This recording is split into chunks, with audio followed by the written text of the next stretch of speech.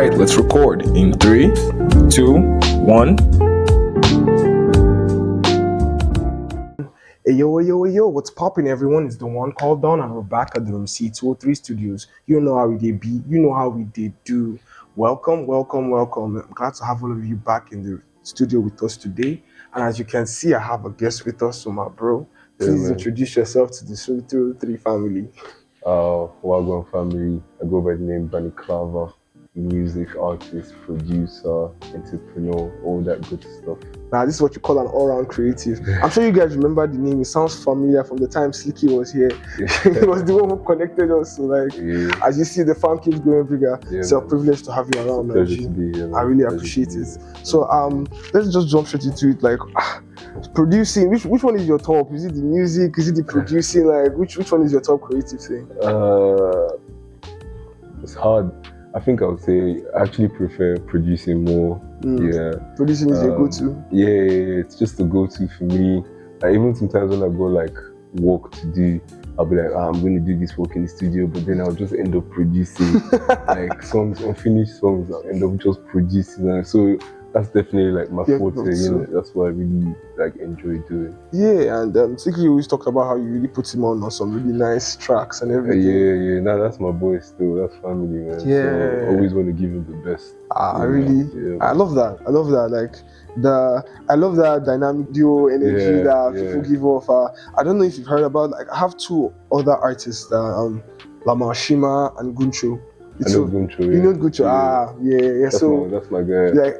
Big up. Shout out to Guncho. He's a bad man, Guncho. We go from way back. I've always loved his music. I've always supported his art and everything. So him and Shima, they were kind of those are Shima, light skin. Those guys are my dynamic duo. As in, so I think I met them boys when I hosted this thing for Off the Bush. You even jammed Off the Bush, crazy. Industry night. So that was when that's when I met them.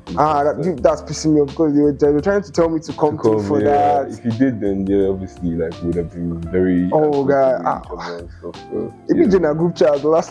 Bro, if you're in the industry, everybody knows everybody. Yeah, actually. You might not know each, you might not have seen each other, but you hear about names and stuff. This guy, people come to the studio play, and this guy, this guy, and this guy. So those names stick, and then you meet them, and you're like, I think I've heard your name from somewhere, But yeah, man. Yeah, I actually do that. I find it amazing how I just jam some people, and they're like, oh, I know you, and you do. Then you'll probably talk about a person that I know, and I'm like, oh, it's that person that's connecting us, and it's actually really lovely because at the end of everything, we end up really just working together at the end of it all. And even another thing I've noticed as well is that everybody always eventually works.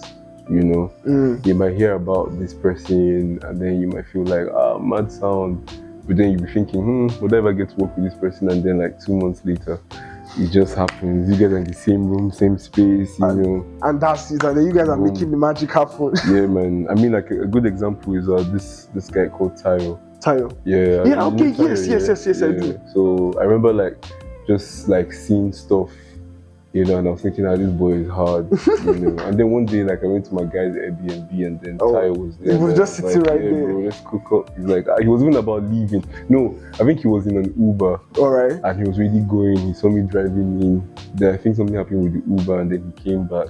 Damn. And then that's just how it happened. And then we cooked a madness, man. So bro, I swear, big ups, bro. I really love that.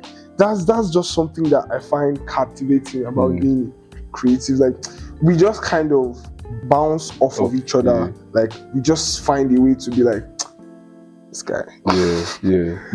You can sense. You can sense that creativity, good energy, the ones you can work with, the ones you would vibe with and stuff, And with the would you say that you have a specific genre of music? Production or no, I know you produce is there a particular type of sound that you can be saying if they wake me up in the middle of the night? Yeah, I think I would say my best production genre is definitely trap. Trap. Trap, hip hop. Those are my things, man. Those ones. I'll say my least favorite to produce is probably Amapiano. Yeah, I just feel it's so it's a go-to for this country. Yeah, Like it's a really but, big go-to for this like, country. It's a bit tiring. And it's just like, I don't know, man. I don't know. I like something that just sounds different sometimes. And I feel like when I'm a piano, it's just sort of like the same thing, but it might just be a different groove, different bass, different log drums, you know. But I don't know. Just not your fault. Just not my thing. I mean, don't get me wrong. I mean, I produced one like 2 days ago, you know, and stuff. I mean, maybe I say they shit on the industry. But yeah, I mean, it's my least favorite to do. Oh, okay. What's your take on R&B? Yeah, I love R&B still. I love R&B still. Worked with some pretty good R&B artists, like Ononi. Wait, you work with Ononi? That's crazy. I produced a big chunk of her first EP that she dropped, and then mixed and mastered the whole thing as well. So yeah, we have a good vibe, you know, when we work and stuff like that. I definitely, after this, like, I definitely want to introduce you to like our main C203 artist, Runner. He's an R&B artist. Runner? Yeah, Runner. Like Forerunner? No. Okay. RONER. Okay. Runner. Okay. He's the guy. Yeah, he's an R&B artist. Currently, he's not around now, but like, I'd definitely love to connect you guys because like that's his photo, and he's really on an experimental vibe right now. So actually, it would be a privilege to get the two of you in a room together. Sure, man. I'm open to it. I do love it. So when did you actually start producing? When did you start? Or when did you start your creative thing? Was producing first? Was music first? So when it comes to like the whole creative thing, I started in England when I was at uni. I was actually a DJ. I started off as a DJ in London then, you know, just like DJing and stuff. Yeah, DJing at house parties, DJing at some clubs and stuff. And then like, my dad gave me a surprise visit and then came into my dorm and then saw my DJ set and was like, is this what I sent you with? You know, and then took it, brought it back to Nigeria, sold it. So that just kind of like rattled me a little bit, and then I was just like, you know what, maybe I should just focus on uni, just get it over and done with, give, you know, Pops what he wants and, you know, all that stuff. The mature yeah, so I did that. I think I haven't tried DJing again at some point, and I just kind of like lost interest a little bit. And then like I went to law school in 2017, 2018. So my cultivar was 2018. Okay. But I think it was like early 2018, you know, I was just like in this area of law school where they like sell food and stuff on campus. And then like my brody at the time, he had a barber. So the barber was like, can we drop him at his studio? So I was intrigued now, and I had a car. So my bro was like, are you down? Let's go. And I was like, yeah, sure, let's do it. So went to the studio, you know, I mean in Buhari. It was actually pretty better than I expected. Oh, it was actually more. Yeah. Because the way you said it was in Buhari, I was like. Yeah, they were using like, you know, pretty good speakers, you know, compared to, you know, good mic. It wasn't that bad. It had like recording booth, you know, and stuff. And then there was a song that had an empty verse, and then the producer was like, who wants to just, you know, have a go on the verse? Yeah, I was like, you know what? Fuck it, innit? Like, I'll give it a try. See what I want. So go in the booth now, just freestyling, and then I come out, and my guy was like, Nick, you rap? You sing, you do this? Like, have you done this before? You're just the full package. But the producer was like, no, that was sounding mad, plays it out. I'm listening, I'm like, not bad. Yeah. Not bad at all. But to be honest, like, in hindsight now, that was shit. Now, what I was singing there was trash, man. Not even gonna lie. But big ups to the guys for lying. Yeah. Big ups to the guys for lying still. Started the journey, like, at the end of it all. Yeah, started the journey and stuff. And I've always been a lover of music, you know. I always had them times where I would just freestyle, you know, with my girlfriend at the time in England, and then she'd be like, that wasn't a bad run, you know, all this kind of stuff. Maybe I'm like in the bathroom, getting ready for class, and I'm just like freestyling, you know, and sometimes even me, I'll be like, now we can drop this bars, you know. So yeah, definitely, I think it was just this thing that was just underneath. It was just boiling. You know, just come out. So yeah, that was it. I stopped going to class. I was always in the studio in Buari. I was addicted. I was even sleeping in the studio sometimes, getting beat by mosquitoes, but I didn't care, man. You know, stuff like that. You know, I won't lie, I was scared I was going to like fail law school, but thank God didn't. Like God put you through Yeah, everything. man. So everything, you know, finished law school. You know, I was just like, you know, I'm going to focus on this fully. And yeah, man, that was it. That was how the whole. I didn't start as a producer though. I just started off as an artist. I had like producers that would come to my studio and stuff like that. And then it was. I think it was all when my dad passed away that the whole, you know, being a producer thing just, you know, came, because like, a lot of my producers now, I had a falling out with one, and then the other one I stayed working with was still like at uni and he had to go back to school. So I was just there. So like, it was just you. I was like, what to do now? Like, I have no producer. I was like, yeah. And then, you know, that was when it just like, I mean, I'd really like created beats before, because funny enough, I'd even created a beat that Pretty Boy Dio used on his this thing. This was before I actually became a producer. Are you even joking? Do you understand? So I produced for Pretty Boy Dio, and bro, if you go listen to that thing, yeah, even like Sliky is always like, bro, like, I love this jam. But when I listen to it, man, so many elements were missing. But I guess it's God.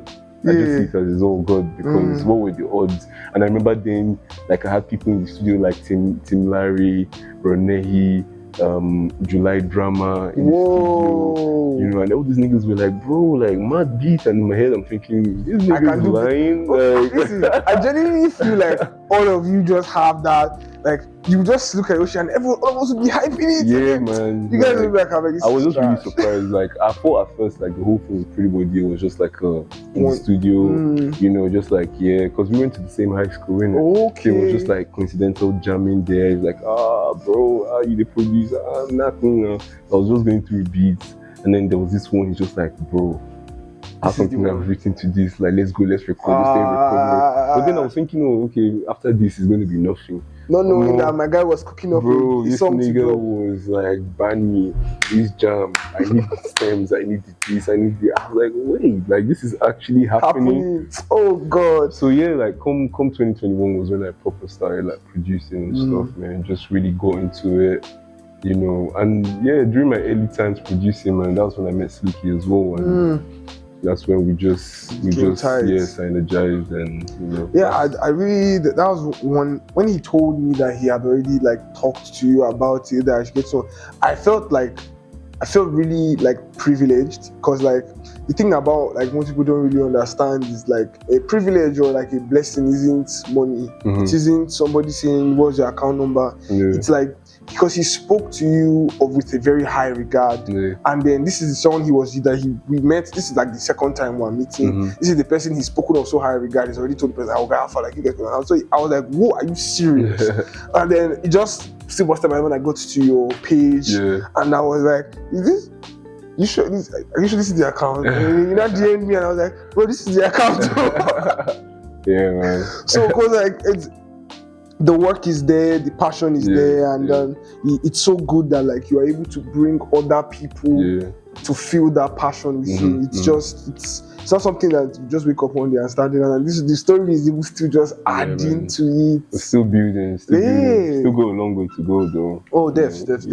I also see with some of the stuff you said that like you have like high standards for yourself with the work you do. You're always trying to just always trying to just like outdo my old self, you know. Is there any particular artist that you've not worked with yet that if anyone just say, "Oh no, this guy won't," like you before the person has even finished saying the person's name? Are we trying to talk about like now, like, because I feel like it's one thing to talk about the A-list artists, but we're talking about the underground guys. Like, I always categorize it into two. We can talk about one that is international, like an international artist that you know you want to work with. A strict Nigerian artist that is A-list, then we talk about a B-list, because I like mentioning. I mean, so if you're talking about international would definitely be Skepta, because that's my role model, innit? Like that's who, like, even if you hear me rap and stuff, like everyone is always like, I can hear that Skepta Dave thing. So like those are my international artists, are all my UK niggas, like, because obviously that was really what influenced my music. Yeah. Like being in the UK for so many years. These guys are really carrying the whole rap vibe right now. Skepta, Dave, Central C. Like they really just be they pushing it. But Skepta absolutely is that's my Donny, man. I love the little relationship he and Whiskey made. Yeah. I just like now they just to see on the track. It's always a vibe, man. Like it really is, and I actually it's awesome. So international Skepta. Yeah.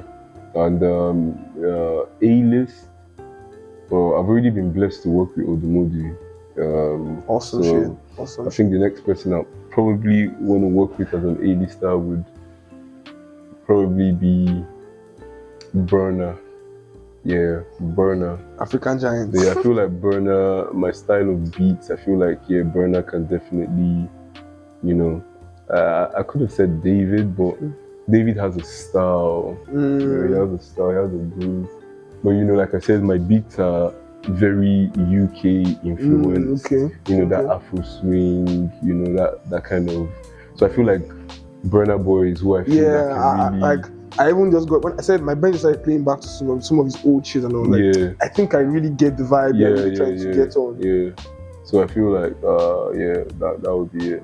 And for the underground guys, or you say B-list or what do you call it? Yeah. B-list, let's go with B-list, yeah. I mean B-list, I already work with my boy Sliky every day, so I can't even call his name. But there's this guy that I've just had my eye on. I think it's called what's his name?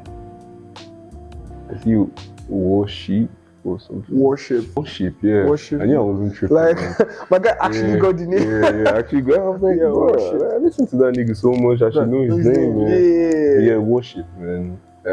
He's part of them Jesus boys. Okay. Yeah, he's part of them Jesus boys, man. But yeah, I fuck with his style a lot. And he's very versatile. With the beats, and with the sound and everything. Yeah, everything. Okay. Like you're even giving me somebody need to look out for. Look out for him. But I got a long list of niggas. But obviously, I'm not calling people I've worked with already. I'm just calling like people that I haven't worked with yet. So yeah, Worship. Shout me if you see this, bro. But I'll shout you first. I dig that. Yeah. Okay. So what do you feel like is the most like you produce? What is the most interesting part of the whole process? Like of production. Of production. What is the part that when you just get stuff like I love this part? It's bass, man. Bass. Okay. That is the flavor of every song. In my opinion, it is just my own production. Like some people might say it differently, but for me, it's the bass. Like once you have a good bass. And if you listen to a lot of my niggas, they'll tell you that my 808s and things like that. So that's where Bani Clava is Bani Clava. Do you understand? I love that. Yeah, that's where Bani Clava is Bani Clava, because like my style of production is I'm a sampler. I sample a lot. I take things like chop or just play around. I play around with sounds, I play around with samples, but you see my bass. Don't sample bass. I play my bass. I play my bass. I like my bass. Maybe it swings or it tones or whatever it is, whatever style. It just has to do its job. Whatever style, But you see my bass. That's definitely what I look forward to every time I play. I love that. I love that. And the thing is that I can't even really argue with you on the whole bass thing, because like even down to when people are buying speakers, it's the bass of the speaker that everybody cares about. It's like, bro, I want to feel that. I want to hear the boom. Because this reminds me of back. So 603 we got the name from our team when we first started back in the day. That was our room number. So when we did that, we wanted to buy a speaker, and the speaker we ordered the first speaker. And then we bought the speaker. So we had a song already. It was Big Sean. We already had a Big Sean. And we played the song. And I was looking at the speaker and the song was playing. We sent the speaker back. We told them no. We said they should give us a bigger one. Like something more punchy. I'm telling you that we had returned 3 speakers and it was so bad that the Jumia actually called us and he was like, so what's the problem? And then we just let them know that, okay, this bass we're looking for. As soon as we said it was bass they were looking for, the person, as in like we talked to this is sports students. Yeah. We talked to them. They brought that huge speaker when it was still like newish in ABJ. That Zilot speaker, that big, that's what they gave to us. They said, take. Mad. We paid for everything. We disturbed the whole hostel because like, so as you just said bass, like you really caught my attention. Like now of course like it's actually one of the most important aspects of the whole music. Yeah, bass. That's actually actually crazy. That's the when you listen to an Afrobeat song, just pay attention to the bass. You know, that's really what creates a groove, you know, and stuff. I feel with Afrobeats now, a lot of guitars are being used. Yes. You know, just to also create like that flavor, you know, and stuff. But nothing beats bass, man. Bani Clava said so. So you should trademark that. He did. Like I can't argue with him, as he said it's already got hooked on it. Like because it's the vibe. It's the vibe. Okay, so is there because you said producing is your top. So if you were going to like put something after producing, would it be song? Would you be rapping? Yeah. Or okay, it's rapping that you put as your number two. Like after what that. Other options do I have? I mean, like we all dabble in different things. So I'm like, usually some people like there's this guy I know, Gloyamu. He makes music as well. So he also does fashion. So like that is his number two thing. As in apart from my whole podcast and everything, I am a writer. Okay. Like I do that. So that's my number two thing. So you're talking about like other things that you do. Like what's your number two thing? Yeah. What would be the second thing that they say I have gotten my producing to the peak of where my satisfaction is. I want to do something else. Yeah, I think I really do it. I mean, like my brother was a football player. Oh, damn. Yeah, in Germany and stuff. So I mean, I already manage him. Okay. So definitely that's gonna, you know, be the next thing. You know, just like manage him. You know, look out for him. You know, see. That's like I love that. Yeah, I'm still. It's like it's all part of the plan. You know, eventually, you know, doing a FIFA like agent, you know, exam and getting a license, and you know, just like if it wasn't music, it would have been sports. Yeah, because I was just a very like big sports guy. You know, doing athletics in high school, playing football.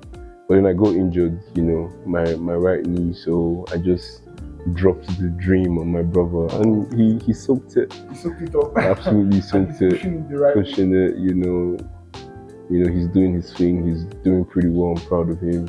You know, so yeah, that's definitely what's gonna be like something. You know, my ultimate dream is to have like a world-class academy in Nigeria. You know, like a world-class football academy where, you know, international teams can come and scout and take over there, and you know, properly take. Guy, like you're really blowing my mind and stuff. I love when people speak so passionately about making a difference. Like, I'm not just coming in there. Like, in all these things that you said, you've talked about your passion, your dream, your drive. God, I've not heard you mention money once. Nah, man. No. It's crazy that comes after. Yeah, it comes after. I mean, money comes with everything. You know, once you're successful in something, the money is gonna come. It's inevitable. You know, so I always think it's just better to be focused on that end goal. You know, because once you're good at it, then the money is inevitable. You become like the number one project. It will be coming. It's even you that's gonna have to start saving who you're gonna work with, your schedule, your time. So same goes, you know, my brother. If I'm able to manage him and get him to a level, money go day. So yeah, man. Is there? That's crazy, dude. Yeah. Bro, like. Nah, bless man. That's what this page is about. It's about inspiration. It's about creativity. I just want people to understand that you can be better than you were yesterday. You can be better than you were today, tomorrow. And like, it isn't such a like. It's hard. It's difficult, but it's not impossible. It's not going to kill you. It's just you're going to have good days, you're going to have bad days. But like, you can do it, whatever form, whatever manner, whatever color, whichever part of the world that you are trying to do it. be the catalyst, be the beginning, Absolutely. be everything, and relatability as in you don't as the Nigerian proverb, you don't have two heads. I don't have two heads. Nobody here has two heads. Even somebody that has two heads still does the work of one person because he still has one hand, two hands, two legs. Everything is still the same. So it's just really beautiful to hear you speak about these things. So okay, like as a producer, I want to ask you like a personal question. Because do you feel like the music of the past in all its entirety, from the genres, the artists, they still have a relevance in the creation of music of today? Absolutely. Like they are one of the major forefronts of perfect example is this song with Davido and Omale. I mean, you see, he still went back to give the whole credit to the guy, I don't know his name, but the guy that sang English, right? He said he got the inspiration from English. So you see that the old music, Burna Boy is constantly sampling old music. Everybody's sampling old music. Everybody's getting lyrics from old music. So you see that it's precedent to the new stuff. Everybody still, goes back and tries to look at those things that stand out and, try to impute it into the new music. I mean, why me as a producer, I really don't sample, classics and stuff. It's just because of like eventually copyright issues and stuff. So it's like, what's the point when only if you're able to like have somebody like Burna Boy come and like, I'm gonna buy, he can clear it. He can. If I'm doing it for someone like Sliky, it's just like at the end of the day, we're not gonna be able to drop the song, so it's pointless. It's pointless. So And you actually work with Burna songwriting wise, to crack everything. Even our cameraman, shout out to Mitch, our cameraman, we always help him with those kind of things. So I found out that if you want to even use certain beats, you need to make sure that there's no copyright infringement. So like I read that every month, so I have from every year, they will release a list of songs or creative or characters that you can use now that they are out of copyright. So like, if you use this character, nobody cares. Nobody's going to sue you. So like the fact that you just say, you know what, forget that. Like I'll just make the whole thing from scratch. It still shows that dedication to the artist. And that's why me, I always when people come to my studio and then they're like trying to like record off a YouTube beat, I'm just like, are you ready to pay? Yes. Because if you're not ready to pay, like don't even do it, because you're gonna come pay for a studio session and that song is not gonna, you're not gonna be able to drop it unless you're able to pay this YouTube guy the money. And at the same time, I think you can do like a lease, but then a lease is just like, it's not unique, it's not original in the sense that it's not just you alone using that beat. It's like a bunch of other niggas using it. If you try to Shazam it, it might be showing you another song, and stuff like that. So Rona faced something similar with his first. So he dropped his first album when he was still in secondary school. That was 2019. Right. And so some of the beats were, YouTube sample and everything. And now that he's dropped another album, he had to go back and clear that first album catalog because he's like, I don't really get energy to start facing all these things. Oh man, like this is, like I said, this is also like a learning experience for us to remind us that that's some of the stuff you face in the world. You're a producer, you're doing music, you see this problem. So just prep your pockets for it or prep your mind for it. But dude, I really appreciate you coming. Thank you so much, man. Thanks for having me, man. I really appreciate it. Always. Really appreciate it. I'm gonna keep all these details like this right here so that all of you guys. So this is the first producer on the Rotation, so I'm like really excited. I'm really excited, and I really love having you, man. So I hope we get to see you on another episode. Sure, man. And then I will see you on Outside Lifetime. You guys jam.